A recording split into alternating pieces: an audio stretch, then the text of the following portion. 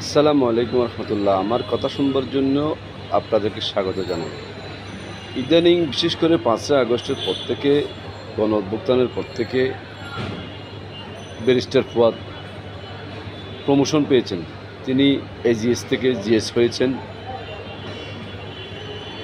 তার দলের কি একটা নাম, যে দল, সেই দলের সে যাই হোক, দল তো একটা আছেই, কিন্তু তার কথাবার্তা, তার স্মার্টনেস, হাত লাড়ানি, কথার মোশান আমাকে মাঝে মধ্যে বিব্রত করে।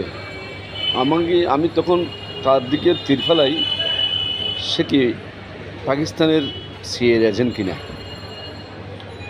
তিনি পাকিস্তানের প্রতি তার এত দরদ কেন?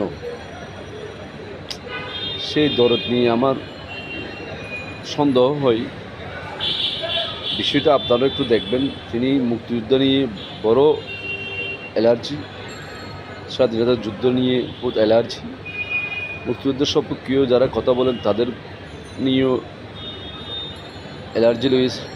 তার যুদ্ধাপরাধীদের পক্ষে কিন্তু তার ইনিয়ে বিনিয়ে তার সমর্থন, তাদেরকে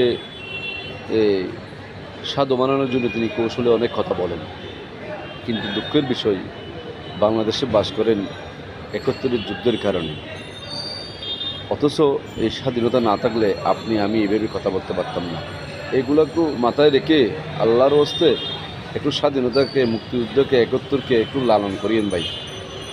অন্যথায় কিন্তু এই সমস্ত কথাবার্তারও হিসাব নিকাশ হবে।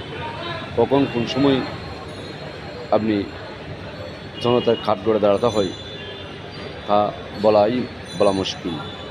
কিন্তু কোনো কিছু অতিরিক্ত অনিয়মতান্ত্রিক, অগণতান্ত্রিক, চেতনা বিরোধী কথাবার্তা বলাটা সমীচীন নয় বলে মনে করি। ধন্যবাদ সবাইকে। এই বার্তাটা পদভাগে একটু নজরে দিলে আন্তরিকভাবে খুশি হব।